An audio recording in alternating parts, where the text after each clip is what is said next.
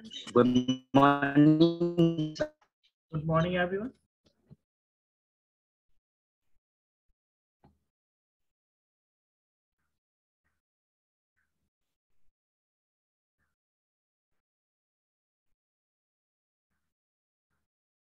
Okay, so basically बच्चों last class में हमने क्या डिस्कस किया था?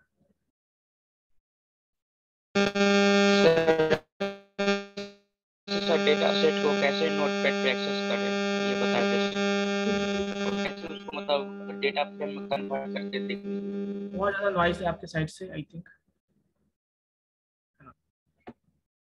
सो बेसिकली डेटा सेट को कैसे यूज करते हैं, ठीक है? ये बताइए, नमपाई मैंने बता दिया, पांडास बता दिया, मैटप्लॉटली बता दिया, यस और नो? चलिए, सो बेसिकली आज मैं बताऊंगा first algorithm that is called KNN. बताया था मैंने, बताइए। केएनएन एल्गोरिदम बताया था मैंने। No sir. चलिए, तो हम लोग केएनएन आज देखते हैं एल्गोरिदम, जो फर्स्ट एल्गोरिदम जो हम देखने वाले हैं, ठीक है? बाकी बेसिक चीजें मैंने बता दी थी आप लोगों को। So let me share the screen first.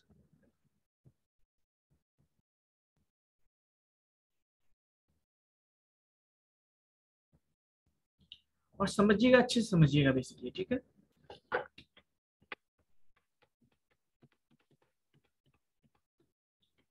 The first algorithm of machine learning that we will discuss is KNN. क्या देखेंगे बच्चों? KNN देखेंगे। इसका फुल फॉर्म क्या होता है? इसका फुल फॉर्म होता है बेसिकली के नियरेस्ट नेबर। क्या होता है बच्चों? के नियरेस्ट नेबर, ठीक है? के नियरेस्ट नेबर का मतलब ये है कि ये जो एल्गोरिदम बेस्ड है वो नियरेस्ट नेबर के बेस पे बेस्ड है। सिंपल सी बात, एग्जांपल देखो, एक रियल वर्ल्ड एग्जांपल में बात करता हूँ। जैसे क्लासरूम में आप बैठते हो और क्लासरूम में अक्सर आप देखो ग्रुप बना होता है बच्चों का। जो पढ़ने वाले होते हैं उसका एक ग्रुप अलग होता है, जो बदमाशी करने वाले ग्रुप अलग होता है। अब देखो, आप कोई नए स्टूडेंट हो, आपने ज्वाइन किया, आपको डिसाइड, आपको नहीं पता है आप कहाँ बैठते हो, कौन बच्चे अच्छे हैं, कौन बच्चे कैसे हैं, बदमाश है। उस केस में आप क्या करते हो? आप कुछ दिन तक लगातार बैठते हो बदमाश बच्चे या जो बदमाशी करते हैं उनके साथ। तो फिर क्या पता चलता है? जो फैकल्टी है, टीचर है, वो क्या समझते हैं कि ये भी बच्चा वैसा ही बच्चा है, ये भी बदमाशी बच्चा है।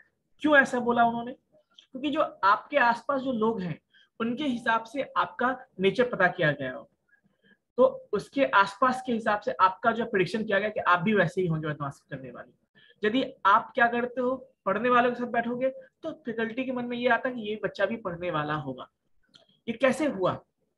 On the basis of nearest neighbour, मतलब जो आपके पड़ोसी हैं, जो आपके बगल में हैं, उनके बेस पे हमने बताया। वैसे ही ये नियरेस्ट नेबर भी काम करता है, और ये भी नियरेस्ट नेबर मतलब, कहने का मतलब ये हुआ कि जो आसपास के हैं उनके बेस पर। जैसे सिंपल सी बात, कोई पार्टिकुलर एरिया है, मान लो कोई बैंक है, किसी पार्टिकुलर एरिया को आपने देखा होगा लोन नहीं देती है, किसी पार्टिकुलर पिन वाले एरिया को लोन नहीं देती है। आप उस एरिया में जाओगे तो आपको भी लोन नहीं देगी, बोलेगी इसमें, इस एरिया में हम लोन नहीं प्रोवाइड करते। रीजन क्या? जैसे मान लो कोई पार्टिकुलर एरिया, पटना की कुछ पार्टिकुलर एरिया, वहां के लोग ने लोन लिया होगा और चुकाया नहीं होगा या फिर नहीं दिए होंगे। तो कंपनी ने या बैंक ने क्या सोचा होगा, ये यहाँ के लोग बदमाश होते हैं, ये ऐसा नहीं देते हैं, रिकवरी नहीं देते हैं, मतलब वापस नहीं करते हैं। तो अब आप जाओगे तो क्या होगा? आपको भी उसी के बेस पे जज किया जाएगा, या सुनो, कि आप भी वहां के, यदि वहां रहते हो, आप नए हो क्यों ना, आप जाओगे तो आपको भी इसीलिए लोन नहीं दिया जाएगा ना, या सुनो बच्चों? Yes sir. क्यों? क्योंकि आपका, आप जिस एरिया से आते हो, जो आपका नेबर है वो ऐसा, इसलिए हो सकता है आप भी नहीं चुकाओ, इसीलिए कंपनी आपके एप्लीकेशन को रिजेक्ट कर देगी। ऐसा होता है। तो उसी तरह से ये के नियरेस्ट नेबर आपका काम करता है। सो देखिए, के नियरेस्ट नेबर एक एल्गोरिदम है, ये एक सुपरवाइज लर्निंग एल्गोरिदम है। तो मैंने कई बार बताया आप लोगों को कि सुपरवाइज लर्निंग एल्गोरिदम का मतलब क्या होता है। Yes anyone? Supervise learning algorithm का क्या मतलब होता है?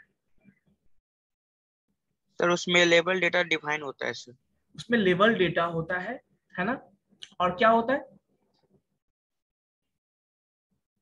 उसमें, मतलब डेटा के साथ लेवल, मतलब लेवल डेटा होगा, और प्रिडिक्शन जो होता है वो, है ना, वो on the basis of level data के बेस पे होता है। जो एल्गोरिदम, मतलब ये ऐसा हुआ जो कि लेवल डेटा पे काम करता है, या फिर जो एल्गोरिदम में सुपरविजन भी होता है, मतलब लेवल होता है, उसको हम कहते हैं सुपरवाइज लर्निंग एल्गोरिदम। जैसे मान लीजिए इनपुट में जो है इमेज के साथ साथ हम बताते हैं कि ये डॉग है और ये कैट है, बहुत सारे इमेज हम देंगे और बताएंगे कि ये जो देखो इमेज है वो डॉग का है, ये इमेज कैट का, और इस तरह से लर्न करेंगे, हम ट्रेन करेंगे मॉडल को, तो वो क्या कहलाएगा आपका सुपरवाइज लर्निंग।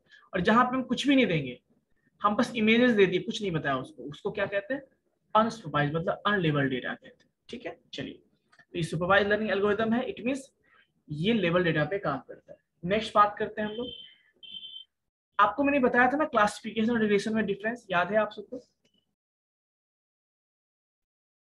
Yes sir. क्या होता है डिफरेंस, बताइए। सर क्लासिफिकेशन में मतलब सर दो ही चीज हो सकता है, या तो ट्रू होगा या फॉल्स होगा, लेकिन रिग्रेशन में सर नहीं, जस्ट ऐसा लाइक ऐसा सैलरी होगा सर। ऐसा नहीं, क्लासिफिकेशन मतलब जहां पे हम क्लास प्रिडिक्ट करते हैं, दो ही नहीं होगा, दो से ज्यादा भी हो सकता है। जहाँ पे हम क्लास प्रिडिक्ट करते हैं, क्लास मतलब ये, या जैसे ट्रू फॉल्स हो गया, मेल फीमेल हो गया, या फिर 1 2 3 कोई क्लास, तो जहाँ पे हम क्लास का प्रिडिक्शन करते हैं, वैल्यू के जगह पे क्लास। जैसे हम बताएंगे, जैसे कोई अच्छा है, बुरा है, कोई बहुत पढ़ने में अच्छा है, एवरेज है, ये मान लो एक बहुत वेरी गुड एक्सेलेंट है, एक होता है कि एवरेज है, एक होता है स्लो लर्नर है, तो ये क्या हो जाएगा आपका, ये भी तो क्लासिफिकेशन ही हुआ।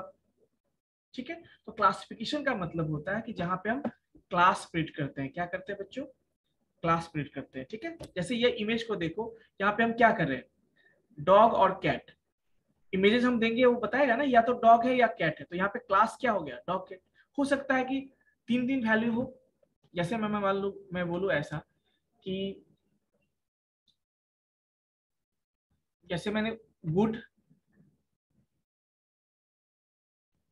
बेटर, बेस्ट, अब इसके बेस पे बताओ, तो यहाँ पे कितने होंगे, कितने क्लास है बताइए, 3 क्लासेस है, तो ये आप बताएगा कि या तो ये गुड है, या तो बेटर है, या बेस्ट है। तो इस तरह का ये भी आपका क्या होगा, ये भी क्लासिफिकेशन प्रॉब्लम है। तो जहां पे हम क्लास के फॉर्म में प्रिडिक्ट करते हैं उसको हम कहते हैं क्लासिफिकेशन प्रॉब्लम। ठीक है, चलिए नेक्स्ट, रिग्रेशन क्या होता है, जहां पे हम क्लास के जगह पे हम क्लास नहीं बताते इस क्लास से बिलोंग करता है, हम बताते हैं कि उसका वैल्यू इतना है, जैसे सैलरी प्रिडिक्ट करना है किसी का, मान लीजिए एक्सपीरियंस के बेस पे हम किसी का सैलरी बताते हैं कि ये 40,000 होगा या 45,500 होगा, तो यहाँ पे हम वैल्यू दे रहे हैं ना, यस ना, बताइए। सो ये क्या कहलाता है आपका, रिग्रेशन, जहां पे हम वैल्यू प्रिडिक्ट करते हैं, जहां पे क्लास प्रिडिक्ट करते हैं उसको क्लासिफिकेशन प्रॉब्लम कहते हैं। समझ में आई बात, क्लियर है बच्चों?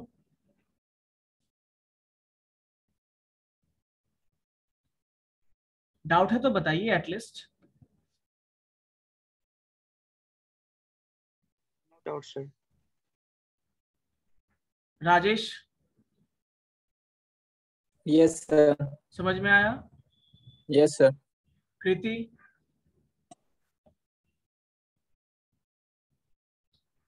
Role number 33, Yes, sir. Okay, roll number 11,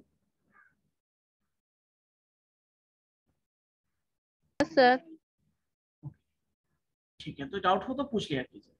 next हम बात करते हैं, इट कैन बी, क्या है, it can be use for non linear data. Non linear का मतलब क्या होता है, बताइए, ये बताओगे।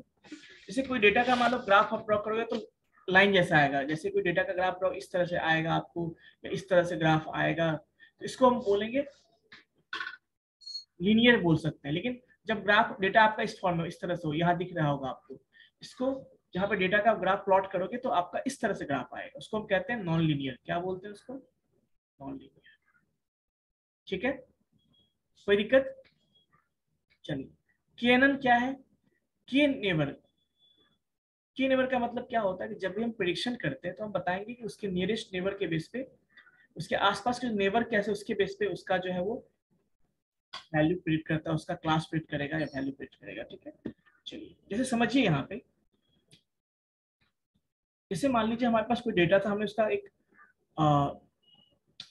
ये इस कौन सा ग्राफ इसको बोलते हैं? Non linear sir. नहीं, ग्राफ कौन सा बोलेंगे? ग्राफ का क्या नाम है? मैंने आपको बहुत तरह सारा प्लॉटिंग बताया था ना, कौन सा बोलते हैं इसको प्लॉटिंग? जैसे लाइन ग्राफ बताया था, वैसे इसको कौन सा ग्राफ कहते हैं?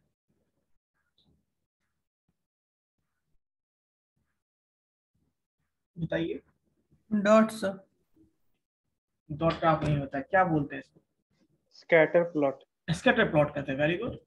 सो स्कैटर प्लॉट है ये। तो मान लीजिए मेरे पास कोई डेटा था, जैसे मान लीजिए कोई लॉन कंपनी, उसके पास बहुत सारे लोगों का प्रीवियस रिकॉर्ड है, उन्होंने एक ग्राफ ड्रॉ किया, जहाँ पे आप देख, ग्राफ ड्रॉ किया तो ये सब पॉइंट्स है। ये सब क्या है? पॉइंट्स, मतलब ये सब पर्सन के बारे में डिटेल है। ठीक है, इसमें से ग्रीन क्या रिप्रेजेंट करता है? Didn't repay the time.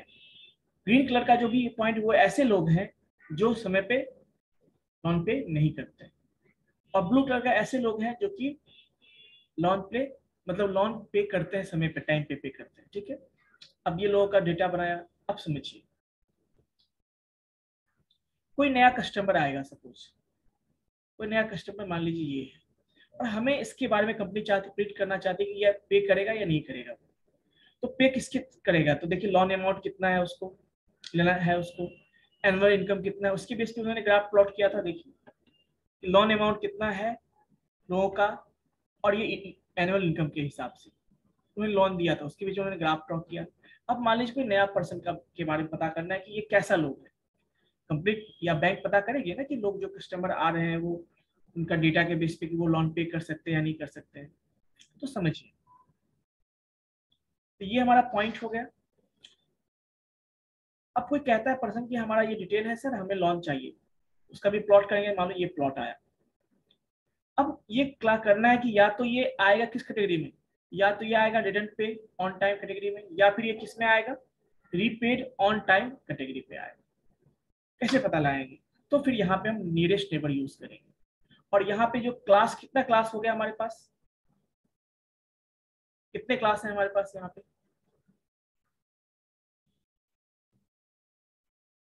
Yes anyone? 2 class. कौन सा दो क्लास है? एक है डिडंट रिपे ऑन टाइम, और दूसरा है, मतलब हम जो आंसर करेंगे ना वो इसी में से किसी तरह से आंसर करेंगे, या तो ये पॉइंट इस क्लास से आएगा या इस क्लास से आएगा। अब समझिए, यहाँ पे हमने K5 लिया है, मतलब क्या? इस के सबसे नियरेस्ट 5, मतलब के नियरेस्ट का मतलब, जैसे मान लो मैं 3 लेता हूँ, इसका मतलब इस पॉइंट के नियरेस्ट 3 कौन कौन होंगे बताओ? सपोज ये तीनों पॉइंट नियरेस्ट होंगे, सपोज। या सुनो, यस सर। या 5 लेंगे तो क्या होगा? मान लो ये पांचों पॉइंट्स हो सकते हैं, मान लो इस तरह से ये पांचों पॉइंट्स हो सकते हैं। ये सुनो, तो कहने का मतलब, अब इस पांचों में से आपको क्या दिख रहा है? कुछ गौर से देखिए, इस तीनों तीनों में आपको क्या दिख रहा है? मैं 3 लेता हूं तो क्या दिखेगा आपको, बताइए। यस,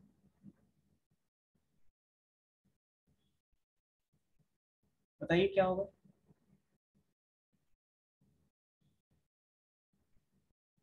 मान लो मैंने 5 ड्रॉ किया, इसका मतलब क्या हुआ? इसका मतलब ये हुआ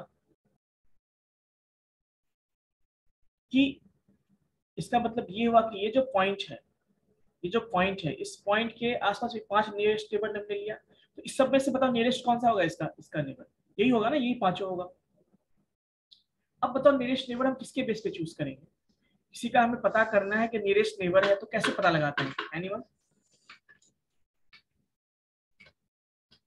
बताइए।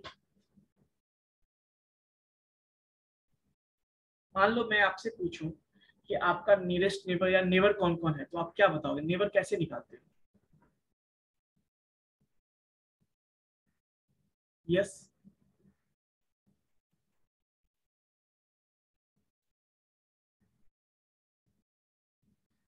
नेबर मतलब क्या होता है ये बता दो मुझे।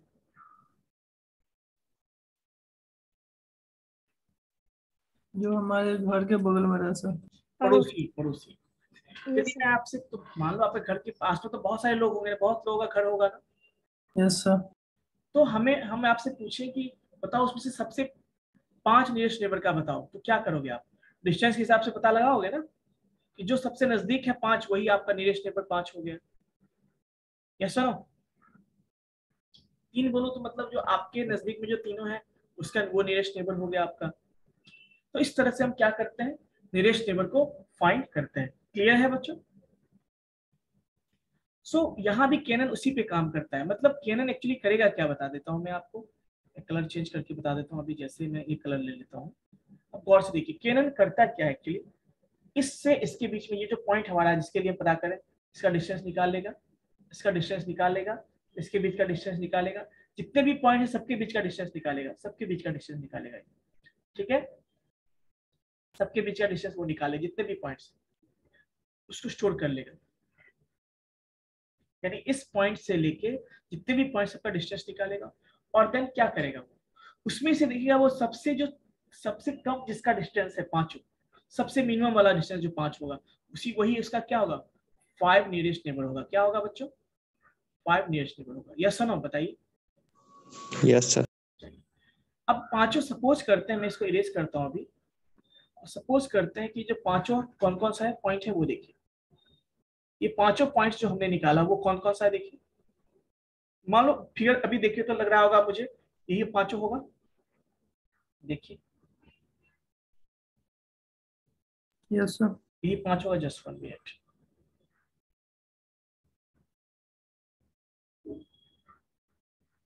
यही 5 होगा मान लो सपोज। यानी सबके बीच का डिस्टेंस निकालने के बाद हमें पता चला कि ये 5 इसका नियरेस्ट नेबर है। ठीक है, देन क्या होगा, इसीलिए हम k इक्वल टू 5 लेते हैं। अब रीजन देखो, इस पांचों में से देखो कितने कौन सा मैक्सिमम है, ब्लू वाला मैक्सिमम है या ग्रीन वाला मैक्सिमम है? ग्रीन वाला। ग्रीन बोला सर। इसका मतलब ये है कि ये जो पॉइंट है इस पे ज्यादा इफेक्ट किसका पड़ेगा, इस तीनों का। ग्रीन वाला। Yes sir. इसका मतलब ये पर्सन ऐसा होगा जो कि लॉन्ग टाइम पे नहीं करे, और कंपनी उसका एप्लीकेशन क्या कर देगी, रिजेक्ट कर देगी। समझ में आई बात? तो यहाँ पे इस तरह से काम करता है नियरेस्ट नेबर का, मतलब यही हुआ। अब एक चीज क्वेश्चन आपके मन में होगा, सर आप 3 बोले, 5 बोले, 4 भी ले सकते हैं क्या? तो ये जो k का वैल्यू होता है हमेशा वो ऑड नंबर होगा। क्या होगा? हमेशा ऑड नंबर होगा। पूछोगे क्यों? कोई आइडिया आपको पता है? Yes anyone? मतलब हम जब यहाँ पे बात करते तो इस पांचों में से देखते हैं कि मैक्सिमम किसका है। यदि मान लो मैं 5 लूं तो मैं हो सकता है कि 5 में से 5 लूं तो 3 हो सकता है क्या, ब्लू हो और 2 ग्रीन हो। मैं 7 लूं तो हो सकता है 4 ब्लू हो, 3 ग्रीन हो, 3 ग्रीन हो, 4 ब्लू हो। लेकिन मान लो मैं सपोज 5 ले लेता हूं तो क्या होगा, या sorry odd number, even number ले लो, मान लो n का वैल्यू, k का वैल्यू यहाँ पे, तो क्या हो सकता है कभी कभी कि 3 ब्लू आ जाए और 3 ग्रीन आ जाए। ऐसा हो सकता है या नहीं हो सकता है? तो फिर हम कैसे कहेंगे कि किस टाइप का ये होगा? यदि मान लो बराबर हो तो हम नहीं ना कह सकते कि वो ब्लू होगा या ग्रीन टाइप का होगा, नहीं कह सकते। जब तक किसी का मेजोरिटी ज्यादा हो तभी तो कहेंगे ना हम उसको। इसीलिए हम क्या कहते हैं, उसका वैल्यू क्या लेते हैं, ऑड लेते हैं। कि कभी भी ऐसा पॉसिबिलिटी नहीं होगा कि दोनों अमाउंट सेम में आएगा। आएगा क्या कभी, बताओ?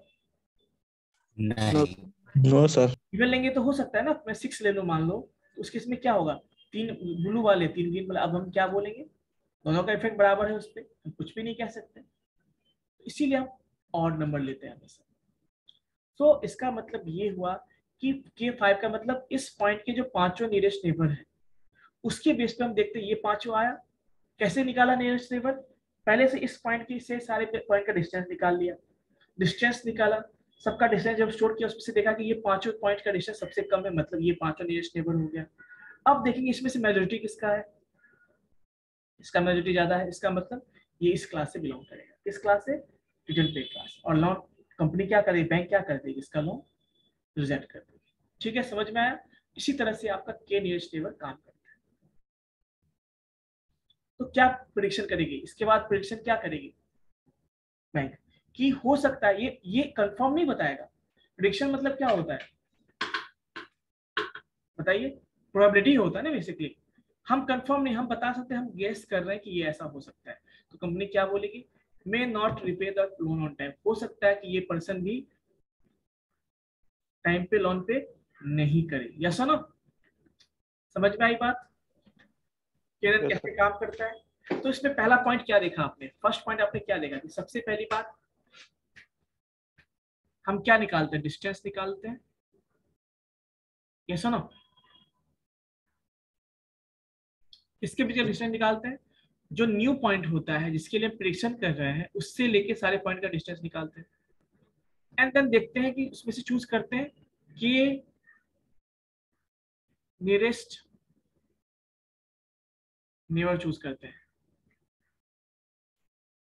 क्या चूज करते हैं, नियरेस्ट नेबर चूज करते हैं। एंड देन फिर उसके बेस पे देखते हैं कि इसका मेजोरिटी है, उसके हिसाब से हम प्रेडिक्शन करते हैं। समझ में आई बात। तो पहले सबसे इंपॉर्टेंट काम क्या है हमारा, पहला काम फर्स्ट एंड फॉरमोस्ट का डिस्टेंस फाइंड करना। मतलब इस पॉइंट से इसका डिस्टेंस निकालेंगे, इस पॉइंट से जितने भी पॉइंट्स आपको दिख रहे हैं ग्रीन ब्लू, सबके बीच का डिस्टेंस निकालेंगे, तभी तो हम कह पाएंगे ना कि ये सबसे नियरेस्ट नेबर है। Yes no, yes sir. Visually ना बोल दिया फिगर देख के, बट नॉर्मली हमें डिस्टेंस निकालना पड़ता है। और देन उस डिस्टेंस को निकालने के बाद हम क्या करेंगे, असेंडिंग ऑर्डर में कर देंगे। तो फर्स्ट 5 जो होगा वो हमारा क्या K5 हो जाएगा, नहीं हो जाएगा।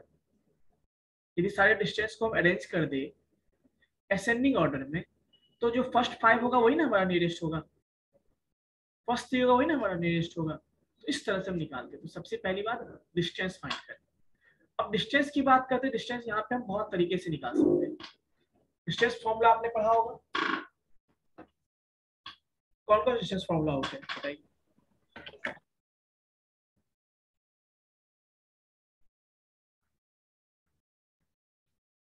Yes, anyone?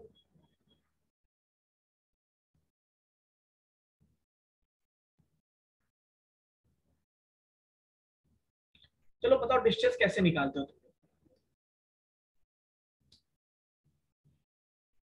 आपको अगर डिस्टेंस निकालने के लिए बोला जाए तो कैसे निकालोगे? 2 पॉइंट के बीच से निकाला जाता है कैसे निकालोगे sir. Under root x2 minus x1 का whole square plus y2 minus y1 का whole square. Under root x2 minus x1 का whole whole square plus y2 minus y1 का होल स्क्वायर।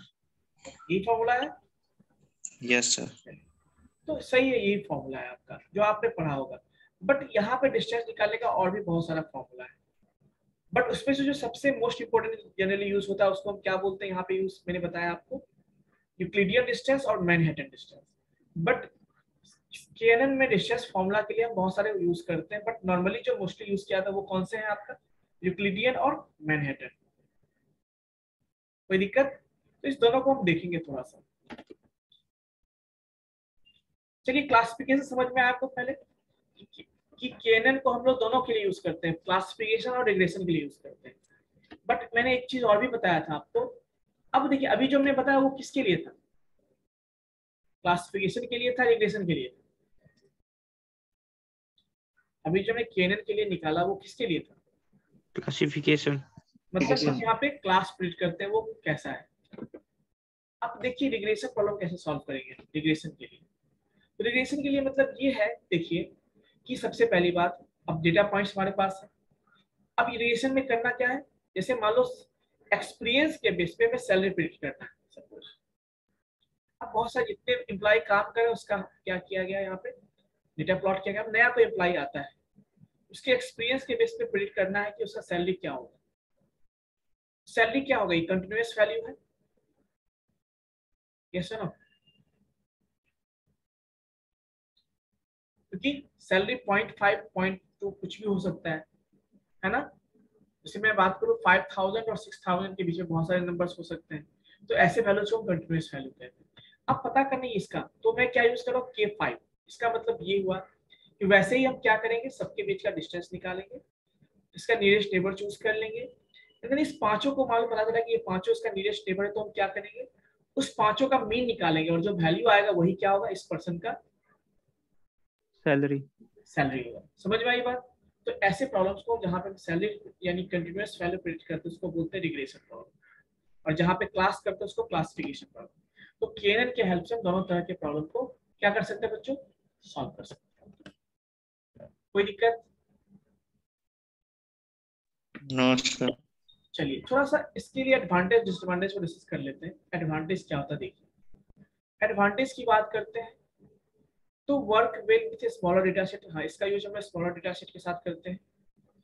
जहाँ पे फीचर्स क्या होता है कुछ बताओगे मुझे?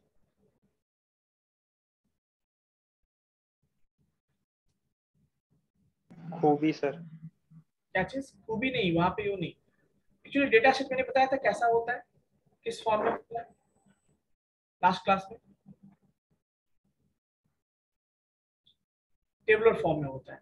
तो जो आप देखते हो ना, जैसे मान लो स्टूडेंट के बारे में बनाऊं, स्टूडेंट डेटा सेट में बनाऊं, स्टूडेंट का क्या होगा, नाम होगा, रोल नंबर होगा, मार्क्स होगा, फादर्स नेम होगा, ये सारा, ये क्या हो गया, डेटा हुआ ना। और ये सारा कॉलम डेटा स्टूडेंट, तो इसको क्या बोलेंगे, ये सारे फीचर्स है। तो ये नंबर ऑफ कॉलम, फीचर मतलब नंबर ऑफ कॉलम। किसी भी डेटा सेट में जो नंबर ऑफ कॉलम है वो जितना कम होगा उतना अच्छा होगा। तो लेस नंबर ऑफ फीचर्स है, मतलब इसका मतलब हम यहाँ पे कैन काम कर सकते हैं उसके। मैंने बताया था आपको can be use both classification regression problem के लिए, ये भी सही है। 3 क्या है, easy to install, easy to implement for multi class. अभी किसी ने बोला था क्लास के बारे में, तो जैसे ट्रू फॉल्स बोला था उसने, तो ट्रू फॉल्स करना हो, ये कौन सा क्लास हो गया, कितने क्लास है यहाँ पे, 2 सर। अब मान लो मुझे 0 1 2 प्रिडिक्ट करना हो, वो उसमें कितने क्लास है, 3 सर। 3 क्लास। कभी कभी मान लो को 4 क्लास प्रिडिक्ट करना है, तो उसमें से कभी कभी, अब मान लो मैं कोई डिजिट देख के बताऊंगा कि वो 0 है या 1 है या 2 है 3 है 9 तक, ये कितने क्लास होंगे इसमें, 10। तो इसको बोलते हैं मल्टी क्लास। तो जहां पे 2 ही क्लास होता है उसको बाइनरी क्लास बोलते हैं, क्या बोलते हैं इसको, बाइनरी क्लास। और जहां पे 2 से ज्यादा होता है उसको क्या बोलते हैं हम लोग, मल्टी क्लास। समझ में आई बात? तो इसको हम लोग दोनों के लिए यूज कर सकते हैं, बाइनरी क्लास के लिए भी और मल्टी क्लास के लिए भी। नेक्स्ट है डिस्टेंस फॉर्मूला, जो यूज करते हैं यहाँ पे जनरली यूक्लिडियन और मैनहट्टन यूज करते हैं, मैं बताऊंगा दोनों के बारे में। डिसएडवांटेज की बात करेंगे। अब बताओ, मान लो हमने के का वैल्यू हम 3 भी ले सकते हैं, के का वैल्यू हम 5 भी ले सकते हैं, के का वैल्यू हम 7 भी ले सकते हैं, लेकिन एग्जैक्टली हम के का वैल्यू कौन सा ले जिसपे कि हमारा प्रेडिक्शन एक्यूरेट हो, है ना। तो ये डिसाइड करना थोड़ा मुश्किल काम है या नहीं है, बताइए। तो आखिर हमें के का वैल्यू पे तो लेना होगा ना, तो के का वैल्यू हम क्या ले, ये डिसाइड करना थोड़ा सा एक हमारे लिए डिफिकल्ट टास्क होता है। दूसरी बात, यदि डेटा सेट का साइज आपका बहुत बड़ा हो जाएगा, मतलब बहुत सारे कॉलम्स हो जाएंगे, कॉलम्स बहुत सारे हो जाएंगे, उस केस में आपका ये सही से काम नहीं करता। कौन, के नियरेस्ट नेबर, मतलब के nearest neighbour less efficient with the high dimensional data, मतलब जहां पे नंबर ऑफ कॉलम ज्यादा होते हैं वहां पे ये ठीक से काम नहीं करता है। नेक्स्ट क्या है आपका, third number, doesn't perform well on imbalance data. Imbalance का मतलब क्या होता है, कभी आपने देखा होगा डेटा का जो वैल्यू कलेक्ट करते हैं, ठीक है, तो जैसे मान लो मैं वैल्यू करूं, जैसे मान लो मुझे ग्रेडिंग करना है, ग्रेडिंग क्या करना है, 1 से लेकर 10 के बीच में लोगों का। अब मैं ग्रेडिंग करता हूं तो डेटा मैंने कलेक्ट किया ना, तो किसी का 1 आया, किसी का 2 आया, ठीक है। बट मान लो किसी का ऐसा भी हो सकता है, इम्बैलेंस हो सकता है, किसी का मान लो 9 आ रहा है, किसी का सीधा 10 आ रहा है, किसी का 1 आ रहा है, किसी का 8 आया, किसी का 2 आया, तो कितना का डिफरेंस है बताओ, इसमें है या नहीं है, किसी का डिफरेंस है ना। जैसे एक 9 10 आना चाहिए था, एक रेंज में आना चाहिए था, लेकिन कभी या तो 9 10 आ जाता है या तो 1 2 आ जाता है। अब बीच में देखो गैप है ना बहुत सारा, तो वैसे डेटा को हम क्या कहते हैं, इम्बैलेंस डेटा। क्या बोलते हैं, इम्बैलेंस डेटा। तो इम्बैलेंस डेटा यदि आपके पास होगा तो वहां पे ये सही से काम नहीं करता। कौन, केएनएन एल्गोरिथम। जैसे कोई इंट्रीज लोगे मान लो आप, या फिर आप सिंपल सी बात देखो ना, आपने सर्वे किया लोगों का, फाइनेंशियल सर्वे, आपने सर्वे में देखते हो ना जो सेंसस होता है, आर्थिक जनगणना होता है, वहां पे घर घर जाके सबसे पूछा जाता है कि आपके घर में कितने व्हीकल्स हैं, कितने क्या हैं। अब 1000 लोगों में से मान लो 100 लोगों ने अपना डिटेल दिया गाड़ी के बारे में, तो क्या ये डेटा इम्बैलेंस होगा या नहीं होगा? बताओ,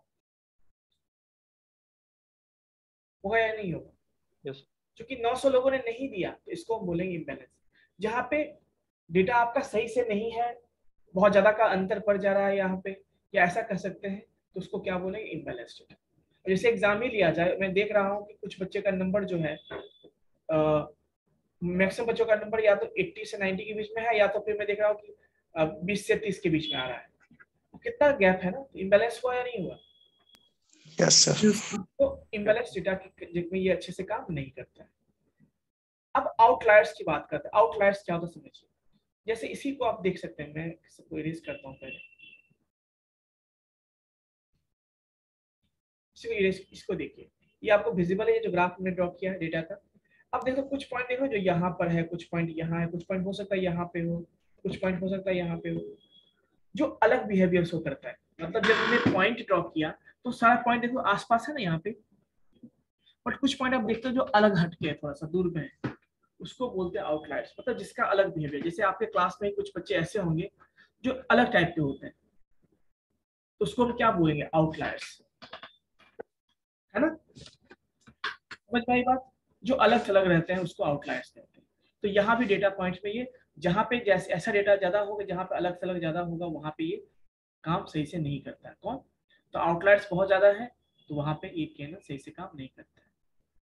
ठीक है? So this is what about the introduction of के नियरेस्ट नेबर। अब थोड़ा सा मैंने बताया था डिस्टेंस फाइंड करने का। सबसे मेन टास्क क्या है? फर्स्ट टास्क, पहला टास्क क्या है बताइए? फर्स्ट टास्क हमारा है कि हम इसका डिस्टेंस निकालें। क्या निकालें? डिस्टेंस। डिस्टेंस निकालें। ठीक है, तभी तो पता कर पाएंगे ना। Yes sir. डिस्टेंस के लिए मैंने दो तरीका बताया था आपको। जो अभी किसी बच्चे ने बोला था कि x2 माइनस x1, और क्या बोला था आपने? y2 माइनस y1 का होल स्क्वायर। इसी फॉर्मूला को हम कहते हैं यूक्लिडियन बोलते हैं। बट ये कब चलेगा? जब आपने जो बताया तब बताया जब दो ही पॉइंट होंगे हमारे पास। क्या होंगे? 2 पॉइंट। ठीक है, चलिए 3 पॉइंट होंगे तो एक और ऐड हो जाएगा। Yes sir. क्या होंगे? 3 कोऑर्डिनेट वाले होंगे, मतलब 2 ही कोऑर्डिनेट होंगे तब। मैंने क्या बोला था आपको? एक मिनट, जस्ट मैंने बोला था कि यदि मान लीजिए 2D हो गया ना, 3D में पॉइंट है, तो क्या हो जाएगा यहाँ पे? Z2 माइनस Z1 ये होगा। सो इस तरह से ये काम करता है, और ये आपको पता है फॉर्मूला कैसे निकालते हैं। चलिए नेक्स्ट बात करते हैं, यूक्लिडियन डिस्टेंस की बात करते हैं। तो जैसे मतलब एक्चुअली है क्या, इसके बीच का डिस्टेंस हुआ वो आपका यूक्लिडियन डिस्टेंस शॉर्टेज डिस्टेंस देता है। बेसिकली क्या देता है? शॉर्टेज डिस्टेंस, जो आप निकालते हो। ठीक है, अब मैनहट्टन क्या होता है? यानी यूक्लिडियन डिस्टेंस ये हुआ कि इस पॉइंट से इस पॉइंट के बीच में सबसे शॉर्टेज डिस्टेंस हम फाइंड करते हैं, इसको कहेंगे यूक्लिडियन डिस्टेंस। क्या बोलेंगे इसको? Euclidean distance. लेकिन सपोज कीजिए कि ये कब निकाल पाएंगे? जब इसके बीच में कुछ भी नहीं है तभी। बट कभी कभी ऐसा भी केस हो सकता है कि जब इस ऑब्जेक्ट और इस ऑब्जेक्ट के बीच में बहुत सारे और भी ऑब्जेक्ट हो सकते हैं, पहाड़ हो सकता है, बिल्डिंग हो सकता है। Yes sir? Yes sir. इस केस में हम डिस्टेंस कैसे निकालेंगे? तो हम क्या करते हैं, बगल बगल से, जैसे ये घर है, मान लो बिल्डिंग है, इसके बगल से गए, फिर जगह मिला, फिर ऐसे गए, फिर ऐसे गए, फिर ऐसे। तो ये जो तरीका होता है इसी को हम क्या कहते हैं? मैनहट्टन बोलते हैं। क्या बोलते हैं? मैनहट्टन। समझ में आई बात? Yes sir. और ये निकालते कैसे डिस्टेंस? फॉर्मूला कुछ इस तरह से। इसका फॉर्मूला ये होता है x1 माइनस x2 का, इसको क्या बोलते हैं? Modulus sir. Modulus, plus y1 minus y2 का मॉडुलस। यदि एक और होता तो क्या बोलते हैं? Plus Z2 minus Z1। Z1 या Z2 कुछ भी दो, क्योंकि मॉडुलस है तो बाद में पॉजिटिव होना है वो। Yes sir. तो इसको कहते हैं Manhattan formula. Now the point is कि कब हम कौन सा फॉर्मूला यूज करेंगे। आप दोनों सीख लिए, ठीक है, निकाल लोगे। बट पॉइंट ये है कि कब किसको यूज करेंगे। तो मैंने यहाँ पे लिखा है Manhattan distance is preferred over Euclidean distance when there is a high dimensionality in the data, मतलब ये कि हाई डायमेंसिटी मतलब क्या, डेटा में बहुत ज्यादा डायमेंशन है तब यूज करते हैं। क्या यूज करते हैं बच्चों? डेटा में जब बहुत ज्यादा डायमेंशन है तब यूज करते हैं। समझ में आई बात? डायमेंशन का मतलब जब नंबर ऑफ कॉलम्स, टेबल जो आप डेटा सेट डाउनलोड करोगे उसमें बहुत सारे आपको फीचर्स मिलेंगे, और यदि बहुत ज्यादा फीचर्स है तो हम क्या यूज करते हैं? मैनहट्टन, क्योंकि इस डिस्टेंस को आसान रखने के लिए। वही चीज यदि मान लो कम फीचर्स है तो क्या यूज करेंगे आप? यूक्लिडियन। ठीक है बच्चों, चलिए। तो ये तो मैंने बताया आपको मैनहट्टन के बारे में, तो आपको आई थिंक समझ में आया होगा। किसी को डाउट है तो बताइए प्लीज, क्योंकि ये थ्योरेटिकल पार्ट डिस्कस कर दिए, अगले क्लास में हम इसको प्रोग्रामिंग करेंगे।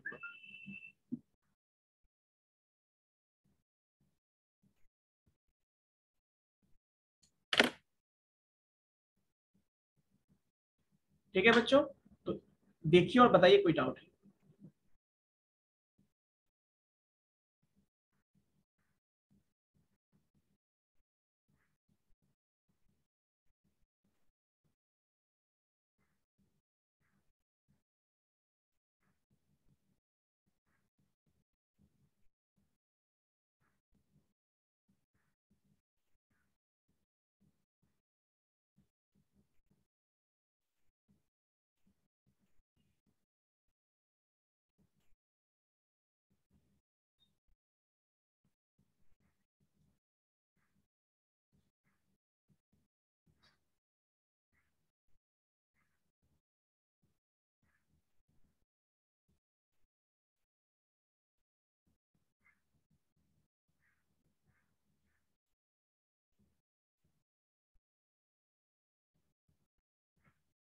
कोई डाउट है बच्चों, बताइए।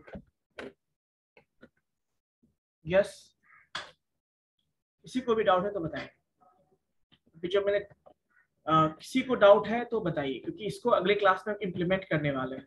इम्प्लीमेंट मतलब उसको, उसका प्रोग्राम लिखेंगे, रन करेंगे और बताएंगे कैसे काम करता है। तो फिर भी डाउट है थ्योरेटिकल में तो बताएंगे आप। चुप रहोगे बच्चों, उससे कुछ नहीं होने वाला है, इसलिए जो डाउट है पूछो। No sir. पक्का डाउट नहीं है? No sir.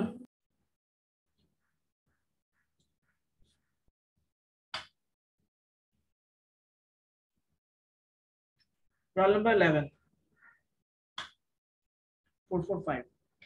Yes sir. तो बताओ क्या स्टेप होगा, कैसे हम के नियरेस्ट नेबर एल्गोरिथम को यूज करेंगे?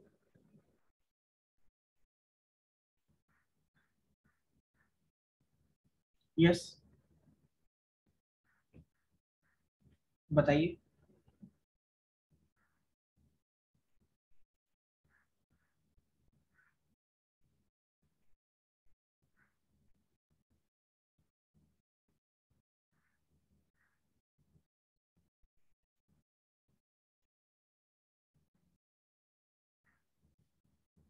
आप ही से पूछ रहा हूँ, 11 प्रॉब्लम, स्टेप बताइए।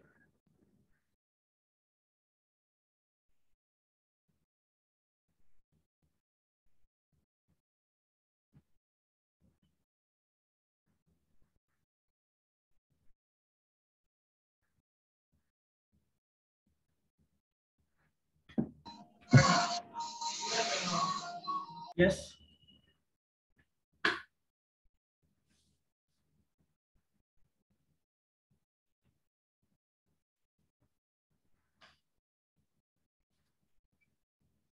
नहीं पता?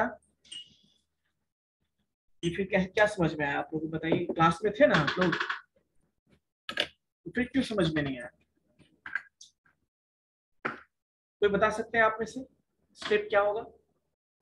Yes sir. हाँ, अबुल बताइए। Yes sir. सर पहले सर डिस्टेंस फाइंड करना है उसका सर। सबसे पहले डिस्टेंस, ठीक है, इसके बीच का डिस्टेंस निकालेंगे। वो जो यस, एनीवन बताइए कोई भी। जो नियरेस्ट होगा सर उसके क्लास का। नहीं, हमारे पास देखिए होता क्या है, एक्चुअली हमारे पास जो प्रीवियस डेटा है उसके बेस पे हम नए डेटा के लिए प्रिडिक्शन करते हैं ना। तो जिस डेटा के लिए प्रिडिक्शन कर रहे हैं, जिसके लिए प्रिडिक्शन कर रहे हैं, उस डेटा पॉइंट से बाकी जितने भी डेटा पॉइंट्स पहले से अवेलेबल हैं उसके बीच का डिस्टेंस निकालेंगे। समझ में आया बच्चों या नहीं? Yes sir. Yes, sir. मतलब ये कि जितने भी डेटा पॉइंट्स हमारे पास हैं और जिसके लिए हम प्रिडिक्ट कर रहे हैं, तो उससे सारे पॉइंट के बीच का डिस्टेंस निकालेंगे। और उसके लिए क्या फॉर्मूला यूज करना है हमें, बताइए? Inclusion यूक्लिडियन फॉर्मूला और मैनहट्टन सर।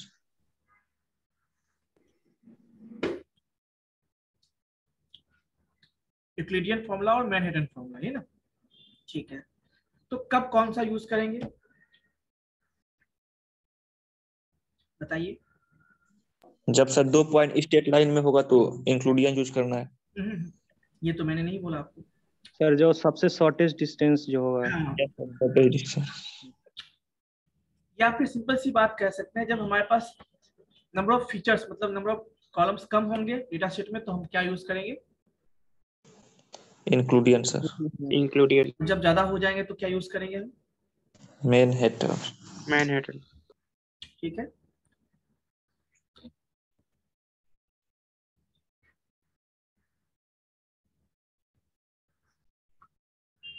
चलिए डिस्टेंस के बाद क्या करेंगे हम उसको? सारे बच्चे ध्यान देना, क्योंकि देखो समझोगे नहीं ना तो फिर एल्गोरिथम क्या समझ में आएगा। इसीलिए चीजों को समझो। डाउट है थ्योरेटिकल में बता देता हूँ इसीलिए पहले, ताकि जब मैं यूज करूँ चीजें क्लियर रहे। बट ये सारा प्रोग्राम ऑलरेडी बना हुआ है, आपको बस यूज करने आना चाहिए। लेकिन मैं सोचता हूँ कि चलो कम से कम समझ लो कि कैसे काम करता है एल्गोरिथम। ठीक है? Yes sir. हाँ बताइए।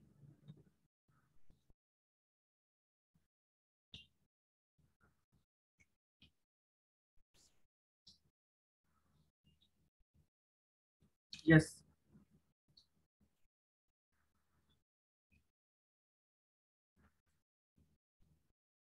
नहीं पता?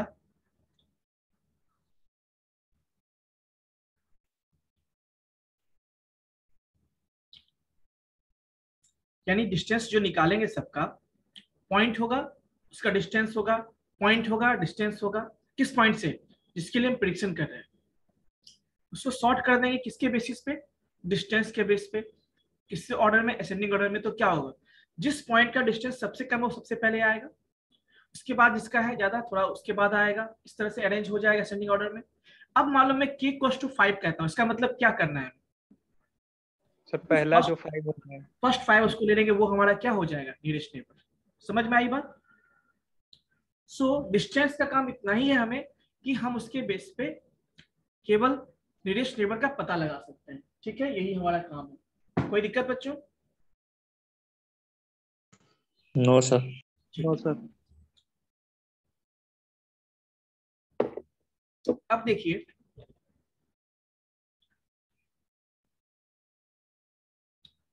और डिस्टेंस जब निकाल लेंगे नियरेस्ट नेबर जो आएगा, उसके बाद हम क्या देखेंगे कि आखिर उसमें किसका रिपीटेशन ज्यादा है। मतलब जो हमने ड्रॉ किया है 5 या 6, जो भी 5 या 3 जो भी किया है नियरेस्ट नेबर, उसमें से किसका फ्रीक्वेंसी ज्यादा है कह सकते हैं। या उसके लिए हम लोग मोड जानते हो? मोड जो आपने निकाला होगा, मीन मीडियन मोड, याद है मैथमेटिक्स में पढ़ा होगा आपने? तो मोड में क्या होता है? जिसका फ्रीक्वेंसी सबसे ज्यादा वही आपका मोड का वैल्यू होता है। Yes sir. तो यस। हमें भी तो वही करना है ना, कि जिसका काउंट ज्यादा है वही हमारा रिजल्ट होगा, वही नए पॉइंट का रिजल्ट होगा। तो हम यहाँ पे मोड निकाल देते हैं और बता देते हैं उसके बेस पे कि ये यदि ज्यादा है, ग्रीन वाला ज्यादा है तो डिडंट पे 10, और ब्लू ज्यादा है तो पे 10। उसके बेस पे बताते हैं। यही तरीका है बस केनन, बहुत सिंपल है। बस थोड़ा सा प्रोग्रामिंग करना होगा हमें हर एक चीज के लिए। क्लियर है बच्चों? Yes sir. चलिए क्लियर है, तो नेक्स्ट क्लास में इसका हम प्रोग्रामिंग करेंगे, मतलब कोड लिखेंगे और उसको रन करके देखेंगे। ठीक है? Okay sir. ओके, तो आप लोग भी थोड़ा सा रिवाइज करके पाइथन का चीजें, हाँ हमने डेटा सेट कैसे यूज करते हैं वो बता दिया था आप लोगों को, याद है? डेटा सेट कैसे यूज करते हैं, इंपोर्ट करते हैं, कैसे लोड करते हैं, ये सब बता दिया था मैंने आप लोगों को। Yes sir. चलिए ओके, अटेंडेंस आप लोग बोल देंगे, just 1 minute. Excuse me sir. Yes please. Sir ये जो वीडियोस होगा इसका सर यूट्यूब पे अपलोड हो रहा है ना सर?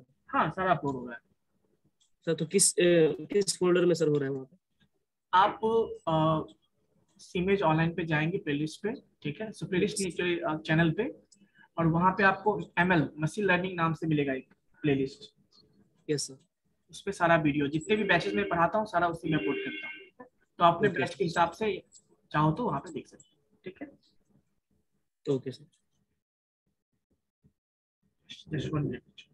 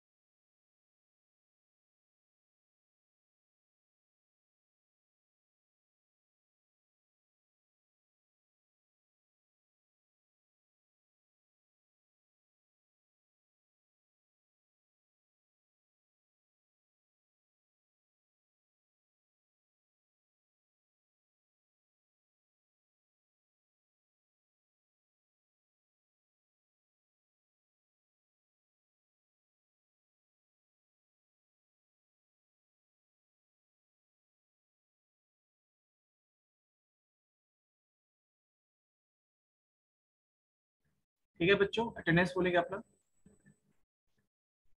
मैं म्यूट कर देता हूँ सबको, हैंड रेज करना है।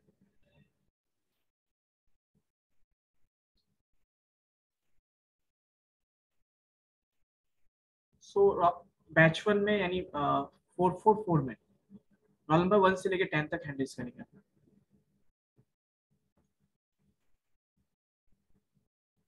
1 से लेकर 10 तक।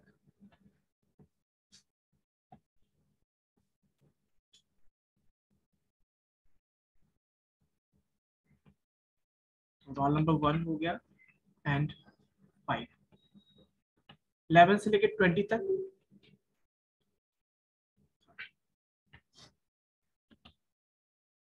13, 12, 13, 11 भी है, 11, 12, 13, 15, 17, 18। ठीक है। रोल नंबर 21 से लेके 30, 28, 31 से 38 के बीच में, 33, 34, 34, 32 भी है और 36। ओके, सो 445 में रोल नंबर 1 से लेके 10 तक।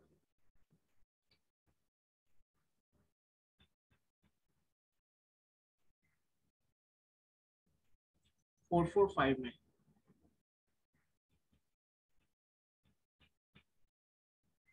रोल नंबर 1 से लेकर 10 तक मैंने बोला था, तो 12 11 कैसे आ गया है? आप लोग का काउंटिंग भी वीक है शायद।